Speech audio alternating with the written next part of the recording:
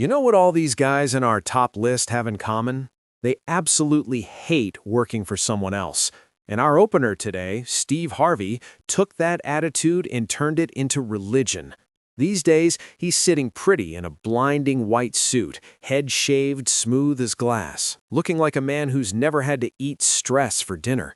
But let's crack open his closet of skeletons for a second, because back then, that closet was just a regular Ford Tempo. Picture it, 3 years living in a car, food stored in a plastic cooler packed with chipped ice. Breakfast is bologna sandwiches because you've got $50 a week, and that's not a figure of speech, that's your whole life. Most people would fold. Steve didn't. Steve decided that if he could make people laugh, then the world was going to pay him for it. And holy hell, the world paid in full. Today, Steve Harvey isn't just a TV guy. He's a walking money press. A net worth around $200 million sounds modest only because of the monsters coming up in this countdown. But let's talk about how this man learned to monetize every single breath he takes. If you think he's just the host of Family Feud, you're seriously mistaken. For making goofy faces and acting shocked at the answers American housewives yell into a microphone, he pockets about $10 million a year. That's just pin money. The real river of cash comes from radio. His morning show pulls in roughly $20 million a year. Then the books. Remember that bestseller, Act Like a Lady, Think Like a Man? Steve didn't just hand out advice, he turned it into a profitable movie franchise and a mountain of royalties. He literally sells women a manual on how to deal with men while being married 3 times himself. Irony? No. Business instincts. But the juiciest part is the Miss Universe saga. You remember that legendary 2015 disaster when Steve announced the wrong winner and crowned the wrong girl? The internet drowned in memes. Any other host would have ended up selling insurance after a humiliation like that. Not Harvey. Turns out the man has armor that would make a tank jealous. Not only did they invite him back to host again, but it also came out that he owned a piece of the company that bought the franchise from Donald Trump. He's literally a co-owner of the pageant where he screwed up on live television.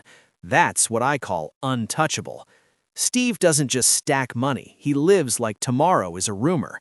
He rents apartments for $110,000 a month and owns a $15 million estate in Atlanta that used to belong to our resident billionaire Tyler Perry. Harvey loves to say money is hard to make, but even harder to keep. Judging by his car collection and his cigar habit, he's managing just fine. He turned his personality into a brand that sells everything: suits, motivational talks, even legal hot takes in his courtroom show. And even though he's opening our list as one of the poor ones, don't rush to pity him. This man built a fortune on being himself, loud, charismatic, and sharply calculated. He built an empire on syndication, taking a cut every time his face gets broadcast anywhere on the planet. But if Steve is the blueprint for surviving and thriving, our next guy is the blueprint for becoming comedy's gold standard, earning hundreds of millions off family movies, and then calmly admitting, yeah, I did that garbage for the check. If you think Eddie Murphy is just that warm, lovable guy who voiced Donkey in Shrek, then you've been living in the 80s. This man is the most brutally honest mercenary the entertainment industry has ever produced.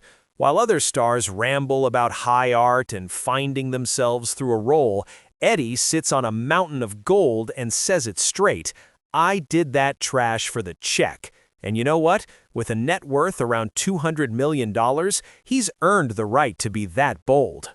Imagine an actor who calls himself a prostitute because he'll say yes to bad scripts for fat paydays.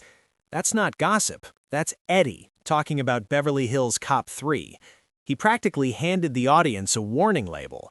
If I'm in part 3, just know they paid me a hell of a lot. His road to wealth is a masterclass in turning talent into currency. Back in 1981, on Saturday Night Live, he started at a miserable $4,500 per episode. Then, America fell in love with his charisma, and he twisted the producer's arms. By the next season, he was pulling $30,000. By 1984, for the first Axel Foley movie, they cut him a $14 million check. Back then, that kind of money could buy you a small island and the people living on it. But the real financial explosion happened when Eddie realized something beautiful. Why pay other actors when I can play everyone myself? For The Nutty Professor, he made $16 million. And for the sequel, he pulled off a straight-up heist, $20 million up front, plus 20% of the gross. The result? $60 million for one movie where he wore a fat suit and farted on camera. That's a business model. Eddie Murphy is a legend of bad decisions that still print millions. Remember The Adventures of Pluto Nash? That movie bombed so hard you can still hear the echo. But Murphy couldn't care less. He got his $20 million before the first viewer even made it to the exit. His philosophy is simple and cynical. All my bad decisions were based on money. I grew up in the ghetto. Where I'm from, you don't turn money down because you never know when it's all going to end. Over his career, between salaries and royalties alone, he squeezed more than $300 million out of studios. In 2024-2025, we're watching a full-on Eddie renaissance. Only now it's happening on streaming. Netflix, desperate to buy a piece of our nostalgia, reportedly dropped an absurd $70 million just for a run of comedy specials. That's more than plenty of A-listers make in 3 years of grinding on set. And his multi-film deals with Amazon Prime basically guarantee his bank account will keep growing faster than his list of kids, which, by the way, is 10. Eddie Murphy proved you can be a professional hired gun, openly trash your own movies, and still stay a crowd favorite and a multi-millionaire. He doesn't pretend to be a philosopher. He just takes the money. But if Eddie gets paid millions to pull faces and make us laugh, then the next guy in this top list makes obscene amounts of cash for doing one simple thing: opening his mouth. In Hollywood, the joke is that if you need God himself to read your lines, you call this man. And trust me, his divine voice costs a lot more than you can imagine. If you closed your eyes and tried to imagine what the universe itself would sound like, you'll hear him. And in Hollywood, they know the rule. If you want God to narrate your movie, you'd better bring a checkbook, because that divine tone is one of the most expensive commodities in the business. Morgan Freeman is the man who turned pure gravity and unshakable calm into $250 million. And believe me, he's not just an actor, he's a walking monopoly on wisdom. Ever wondered how much it costs to make Morgan Freeman read the manual for your microwave? Probably more than the microwave and your entire apartment combined. In 2005, he reportedly made $1 million just to tell us about penguins in the documentary March of the Penguins. $1 million to explain how birds waddle across ice. That's not a job. That's the most elegant robbery voiceover has ever seen. Freeman is a master of the "I'm just a wise old man" routine, but behind that image sits a hard-nosed businessman. These days, showing up on camera costs him anywhere from $10 to $20 million. But the real story isn't the movies. While other actors torture themselves in gyms to look like superheroes, Freeman makes millions without ever taking off his pajamas. His ad deals are the stuff of legend. A Visa campaign alone reportedly put another $1 to $2 million in his pocket. Even Turkish Airlines threw money around to make him their face. The story goes, they first offered the job to George Clooney for $35 million. He turned it down on ethical grounds. And Morgan just does the work. And don't think his road to wealth was paved with rose petals. In 2010, his bank account got hit by a full-on tsunami. His divorce from Myrna Cully Lee reportedly cost him somewhere between $100 and $200 million.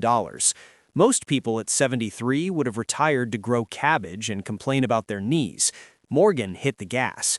If that divorce hadn't happened, he'd be breathing down Kevin Hart's neck in this list. To rebuild the fortune, he started saying yes to everything, from narrating a 21 Savage album, popping up between tracks about gangsters because, as he put it, it was fun, to showing up in Ted 2, where when someone asked why he was there, he answered with brutal honesty, to make a living. Cynical? Maybe. But when you've got your own production company, Revelations Entertainment, 124 acres in Mississippi turned into a sanctuary for bees, and a fleet of private planes, including a Cessna Citation 501 and an Emavest SJ-30, you can afford to be honest. Of course, there were stains, too. In 2018, his saintly elder image took a hit after 8 women accused him of inappropriate behavior. Freeman apologized in that careful, polished way. "I never meant to offend anyone." And Hollywood, surprisingly, let it slide. Why? Because his voice is too valuable to cancel. He even showed up at the opening ceremony of the World Cup in Qatar in 2022, got slammed for taking blood money, but the check apparently outweighed any pang of conscience. Freeman is the perfect example of how to sell, not performance, but authority. He monetized the very concept of trust. But if Morgan gets paid for wisdom, then our next guy on the list is a record-breaking human machine who has basically planted himself in every corner of Hollywood. This man has been in so many blockbusters, his face should be printed on movie tickets by default. He doesn't just take roles, he collects franchises like Pokémon. And he's got one specific item in his wallet that officially makes him the most dangerous player in our top list. If Morgan Freeman has the voice of God, then our next guy has the voice of the man who'll calmly explain biblical wrath to you right before he empties a full magazine into your chest. Samuel L. Jackson is living proof that you can swear in every other scene and still be adored by the biggest corporations on earth.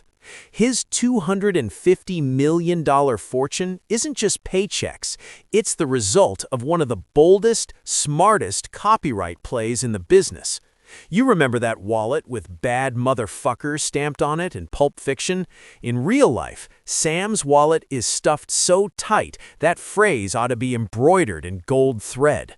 But the fun part isn't how much he made, it's how he basically leveraged Marvel into giving him Nick Fury for life. Back in 2001, Marvel, still crawling out of bankruptcy and nowhere near world domination yet, decided to refresh the comics and drew Nick Fury with Samuel L. Jackson's face. No permission, no deal, no contract. They just did it because it looked cool. Any other star would have unleashed lawyers and finished the studio off for good. But Sam is a financial tactician with a killer instinct. He called them and said, "All right, I won't sue you. One condition. Every time that character shows up on screen, I play him." His cameo inched into decades inside the most profitable film franchise ever, with checks in the $10 to $20 million range for major appearances, and another $2 to $3 million for those blink-and-you-miss-it post-credits pop-ins. He didn't just join Marvel, he privatized their future. Now let's wipe the shine off.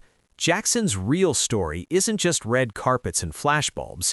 In 1991, his life looked like a scene from a bargain bin tragedy. His wife and daughter found him in the kitchen, out of his mind, trying to cook cocaine on the stove. That was his edge of the cliff. He went to rehab, and in the kind of irony that feels almost cruel, 2 weeks after getting out, he played a junkie in Spike Lee's Jungle Fever. From then on, his work ethic became legendary. Sam averages about 4 films a year. Why? I grew up around people who got up and went to work every day. I'm just still doing that. That blue-collar approach landed him in the Guinness World Records as the highest-grossing actor of all time. Movies with him in them have pulled in over $27 billion worldwide. He's a walking franchise, from Star Wars, where he talked George Lucas into giving him a purple lightsaber just so he could spot himself in the chaos, to Jurassic Park. Even his voice is a brand. If you've ever heard the Capital One line, you should know he's getting 8 figures a year for it, at least $10 million annually, just to ask, "What's in your wallet?" Sam doesn't flinch at his own reputation. He knows he's a walking t-shirt. His image is so merch-ready there are 11 different action figures made with his face, and he personally collects every single one. He turned his temper and his love of a strong damn word into an asset that earns him around $300,000 a year in royalties and residuals, even if he never gets off the couch. He's the king of syndication and corporate love.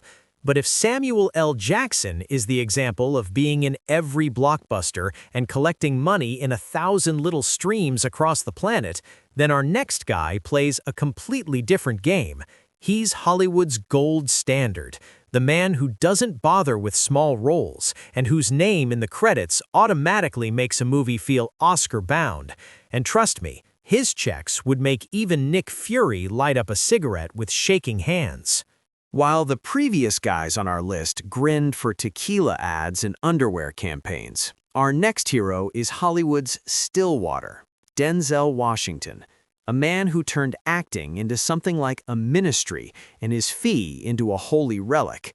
His $300 million fortune comes from one simple fact. He's the only person in the industry who can look like the humblest guy in the room while living in an $80 million house. Here's Denzel's real secret. He never lets you see him for free. Sidney Poitier once leaned in and dropped a line that basically became Washington's religion. If they get to see you for free all week, they won't pay to see you on the weekend. Denzel absorbed that lesson perfectly. You won't catch him in someone's stories chewing a burger. You won't see him splashed across tabloids with a new fling. Denzel is scarce. And in Hollywood, scarcity is expensive as hell. So let's peek into his church collection plate. The standard Denzel price tag is $20 million per role. That's the baseline, the foundation.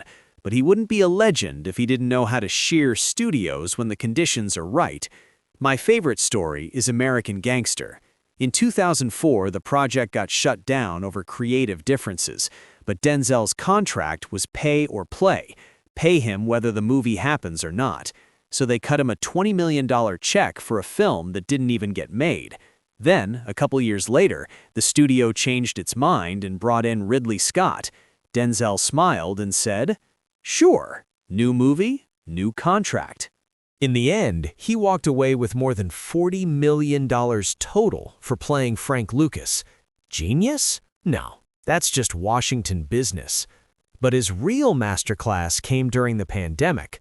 While the world sat locked indoors, Denzel dropped The Little Things, a thriller most of you already forgot existed. That forgettable movie made him $40 million. How? Warner Bros. Decided to release films in theaters and on streaming at the same time, and Denzel, like a true A-list predator, demanded compensation for lost back-end money. He earned more from a streaming dispute than many stars make across an entire career. And through it all, he keeps polishing the image of the God-fearing man. In 2024, he even got a minister's license. But don't assume he's headed for a life of simplicity. His cell is a 29,000-square-foot mansion in Beverly Park, bought from former Disney chief Michael Eisner for $80 million. He's got his own production company, Mundy Lane Entertainment, which gives him control over projects and extra streams of cash most mortals can't even imagine. And if Denzel needs to hop from his estate in Atlanta, where he's quietly been buying land, to New York on short notice, he's got a private Gulfstream G550 sitting there like it's a damn Uber, a $40 million toy. He plays Hollywood's conscience with surgical precision, mentoring younger actors and supporting the Boys and Girls Clubs. And it works. His reputation is so spotless, he can turn down 9-figure franchises if they don't fit his values, because Denzel understands something most people never will. His no is worth even more than his yes. He's the gold standard, a man who takes money so elegantly you end up thanking him for it. But if Denzel is silence, dignity, and flawless calculation, our next guy is the complete opposite. A man who once owned the world, the so-called king of Hollywood, and still managed to put a billion-dollar empire at risk with one burst of rage in front of millions. His story is what happens when you make impossible money, become a generational icon, and then, in a single moment, go from golden boy to the man whose marriage gets discussed more than his movies. Oh, buckle up, my fellow lovers of rummaging through other people's dirty laundry. We've reached our golden boy, Will Smith. His $350 million net worth is impressive, sure, but in Hollywood, they whisper that if it weren't for that little testosterone surge at the 2022 Oscars, there could have been an extra billion sitting in his wallet right now. Will is the man who spent his entire life building the image of the most positive guy on the planet until reality clocked him in the jaw, or rather until he clocked someone else. Did you know that in the early 90s, Will was basically broke? After his rap success, he burned through cash faster than he could count it, and he owed the IRS so much that for the first 3 seasons of The Fresh Prince of Bel-Air, he worked for free. Well, almost. Uncle Sam took about 70% of his paycheck to cover the debt. Now that's what I call a fresh prince with empty pockets. But Will learned how the machine works fast. He's not just an actor, he's a back-end deal genius. While other people celebrate their $20 million upfront, Smith squeezes studios until the last cent squeals. For Men in Black 3, he reportedly pulled an insane $100 million thanks to his percentage of the gross. For King Richard, $40 million. And that was before he decided to throw hands on live television.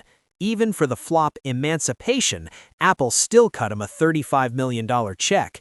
He's a walking ATM that doesn't understand small bills. Now let's talk about what nobody says out loud, but what the financial paperwork screams. His marriage to Jada Pinkett Smith in 2025 gets described as a fragile financial logistical arrangement. Insiders flat out claim they haven't lived together like husband and wife for years, but a divorce would cost them too much. Their businesses, including the production giant Westbrook Inc., are so tightly intertwined that splitting assets would turn into legal hell and torch a huge chunk of their combined wealth. So they keep playing perfect family for the camera because it's simply profitable. And Will Smith lives like inflation is a myth. His Calabasas estate sprawls across 150 acres and is valued somewhere around $42 to $56 million.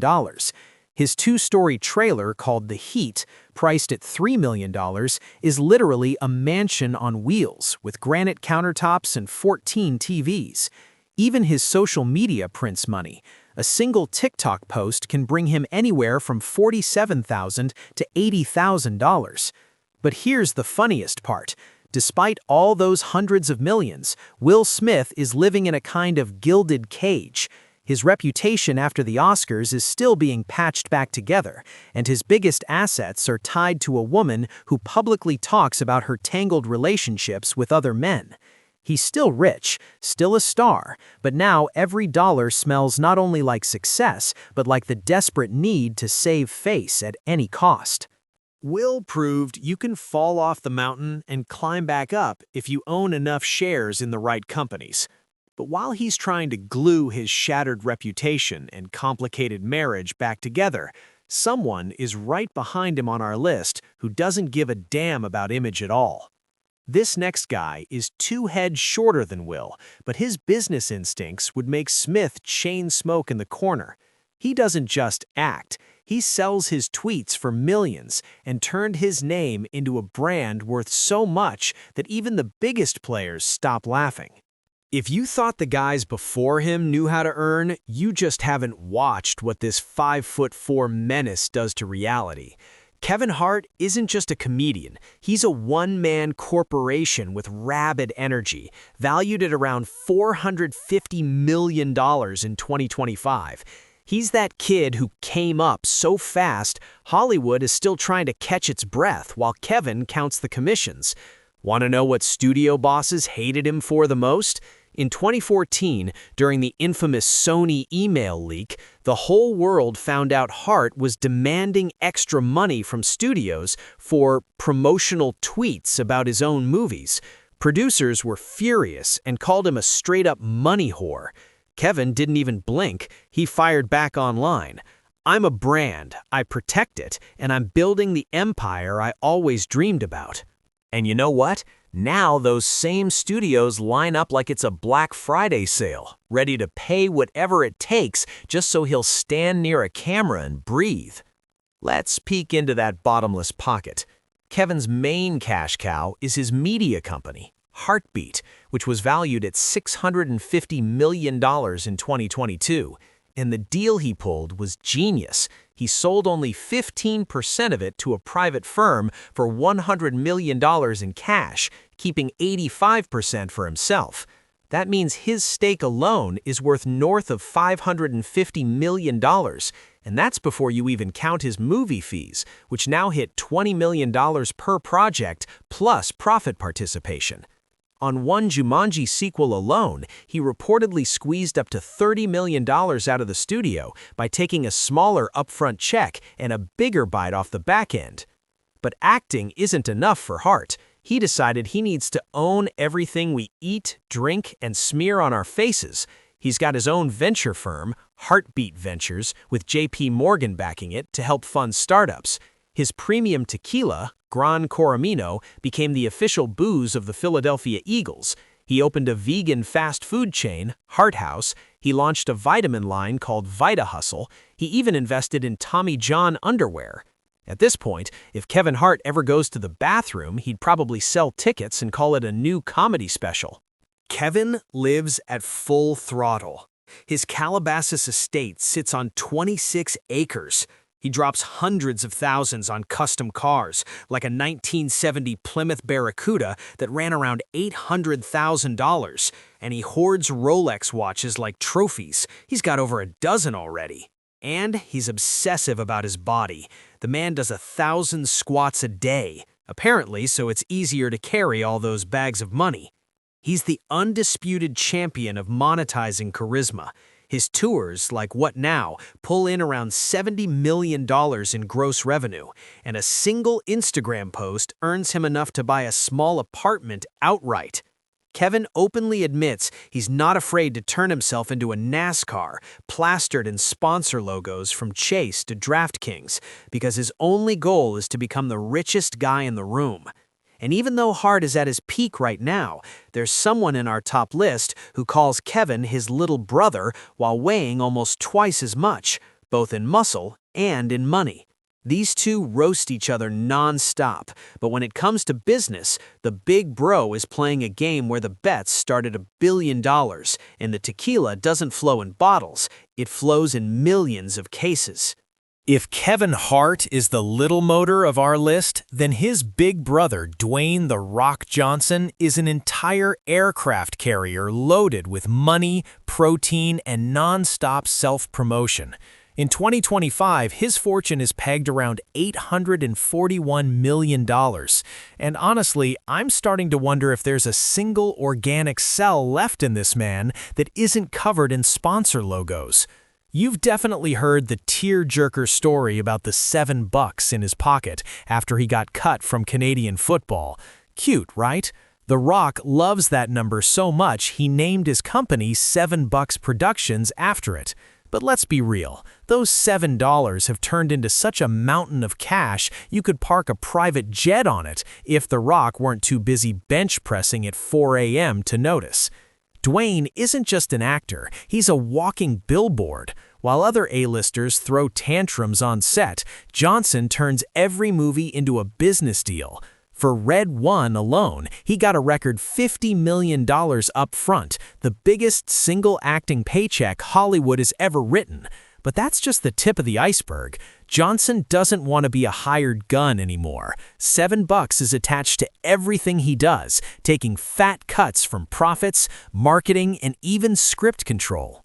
But the real holy grail of The Rock's empire isn't film, it's alcohol. His tequila brand, Terramana, is basically an anomaly. In 2023, they shipped over 1 million cases. To put that in perspective, when George Clooney sold Casamigos for $1 billion, he was moving a lot less. Industry people peg Terramana at $2 to $3 billion, and if Dwayne ever cashes out, he becomes a billionaire faster than you can say people's elbow. And if you thought he'd stop at tequila and movies, you don't understand the final boss. In early 2025, The Rock pulled a move that was straight-up chess. He joined the board of TKO, the company behind WWE and UFC, and received a stock package worth $41 million. And here's the genius part. Within that deal, he finally bought the rights to the name The Rock from WWE. Now every cent earned off his own nickname goes straight into his bottomless pocket instead of landing in Vince McMahon's register. Meanwhile, he keeps selling the image of the regular guy, living in what he calls the Iron Paradise, those traveling gyms he hauls around the world like a royal court. His life is a $28.7 million mansion in Beverly Park, a farm in Virginia, and a personal Gulfstream G550 that costs around $40 million just so he can bounce between them whenever he feels like it. He invests in everything: Zoa Energy, Under Armour, Ford. At this rate, we'll soon be waking up to a Rock-branded alarm clock, drinking his coffee, training in his shoes, and falling asleep to his tequila. The Rock proved muscles are great, but predator-level business instincts are better. He built an empire on sweat and a smile he sells for millions. And yet, despite all that $841 million, there's still someone on this list who's worth more than him without having to flex a single bicep. This next guy doesn't save the world on screen or jump off skyscrapers. He just quietly, methodically bought up TV networks while nobody was paying attention. He turned comedy into a media empire so massive, even Hollywood giants started to fear him, and his fortune finally cracked that sweet, mythical mark with 9 zeros. If you stop a random person on the street and ask who Byron Allen is, you'll probably get, some comedian from the 80s? And that would be the biggest mistake of their life. Byron Allen is the guy who slipped into the billionaire club while everyone was staring at The Rock and Kevin Hart, and now he's trying to buy Hollywood itself. In 2025, his fortune is pegged at a clean $1 billion, and he's the most dangerous player on this list because he's not playing movies, he's playing Monopoly with real TV stations and real advertising budgets. Picture this. A kid who, at 18, became the youngest comedian ever to perform on The Tonight Show, and 40 years later starts texting Paramount executives like, "Hey, I'll take the whole company for $14 billion. Yes, you heard that right. He throws around offers worth tens of billions as casually as you order pizza, even though most of those deals, let's be honest, never make it out of his imagination. So how did he do it? Byron is a genius at building traps for advertisers. In 1993, he founded Entertainment Studios and came up with a model that makes network bosses sweat through their suits. He gives his shows to cable networks for free. And he doesn't have a couple shows, he's got around 70 of them. Where's the catch? In exchange, he keeps 50% of the ad time. Advertisers stampede toward him because he reaches roughly 35 million viewers and charges less than the big networks. This isn't acting, this is media feudalism, pure and simple. In 2018, he dropped $300 million on the Weather Channel. Why? Because weather is the one thing people watch no matter what. Later, he spent more than $1 billion buying 28 local TV stations across America. But Byron doesn't just collect channels like trophies, he uses them like a club. His multi-billion-dollar lawsuits against Comcast and McDonald's, accusing them of racial discrimination in ad spending, rattled corporate America. Comcast chose to settle and put his channels on their lineup. McDonald's is still fighting him in court. And the quiet mogul doesn't live in a studio apartment either. His real estate appetite look Will Smith look frugal. In 2022, Allen bought a cliffside estate in Malibu for $100 million. He owns New York apartments worth $26 million, plus homes in Aspen and Beverly Hills. And in March 2025, he flipped one New York property for $82.5 million, clearing about $7 million in profit like it was pocket change. But not everything glittering in his annual report is solid gold. In 2025, we're watching Allen start to pump the brakes. He put 10 TV stations up for sale for $171 million, trying to chip away at the debt he piled up during his buying spree. Turns out offering $14 billion for Paramount is easy. Servicing loans is a little harder. Critics whisper that his empire is held together with promises and IOUs, but Byron keeps smiling and keeps promising he'll become the country's biggest broadcaster. He's a master of looking bigger than he is, and at the same time, he really does have $1 billion in assets.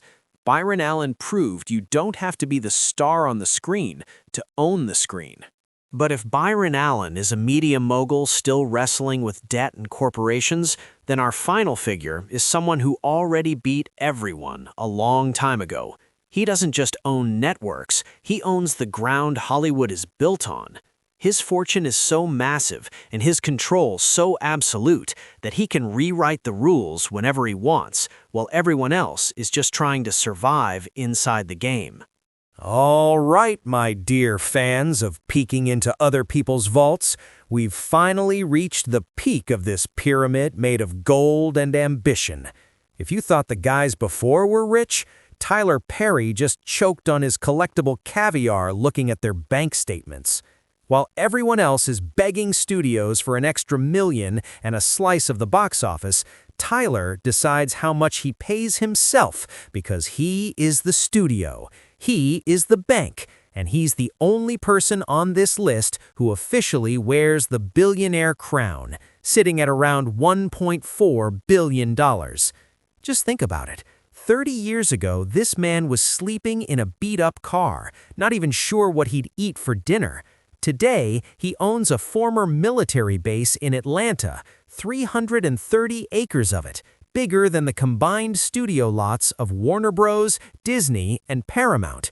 And yes, he's got a full-scale replica of the White House sitting on his property where he shoots his shows. Why wait for permission to film in Washington when you can just buy your own Washington? Perry isn't just an actor, he's a vertical integration fever dream taken to its absolute limit. The world can laugh all it wants at Medea in her muumuu, and critics can call his movies low quality. But while they're sharpening their knives, Tyler is counting cash. The secret to his fortune fits into one sentence. I own everything. He's the first Black American to fully own his own studio outright. No partners, no middlemen. When Marvel wants to shoot something massive, or Will Smith lines up his next blockbuster, they come to him and pay rent. Tyler Perry is Hollywood's landlord. His content library is basically a money printing machine that runs 24/7. He has written, directed, and produced more than 1,200 TV episodes, 22 films, and dozens of plays. And here's the insane part. He keeps 100% of the rights to every frame. While other actors get a one-time check, Tyler gets paid every single time someone, somewhere, hits play on one of the shows. In 2019, he took an additional strategic bite, grabbing 25% of the BET Plus streaming service and locking himself into the future of digital television. And don't think he stops at film. Tyler is a full-time luxury workhorse. He's got his own wine line, Tyler Perry Wines, pulling in around $6 million in revenue, plus even a clothing collection. His real estate portfolio looks like a world map, mansions in Los Angeles, Atlanta, Wyoming, and private islands in the Bahamas. He can afford to be generous, covering employees' funeral expenses, because in strong years, his annual income can hit $175 million. Tyler Perry proved one simple truth. In Hollywood, it doesn't matter how well you act, what matters is whose land you're standing on. He stopped being just an entertainer and became infrastructure, the kind the modern industry can't breathe without. And that's our countdown, a parade of wallets, ambition, and absurd glow-ups. We went from Steve Harvey sleeping in a Ford to Tyler Perry owning what is basically a small city. Which one of these guys impressed you the most with their ability to turn charisma into cash? Drop it in the comments. Whose millions keep you up at night? And don't forget to subscribe, because Hollywood still has plenty of dirty laundry and gold bars we haven't unpacked yet. See you in the next episode, where we're breaking down which actresses burn through their millions faster than they can earn them. Bye.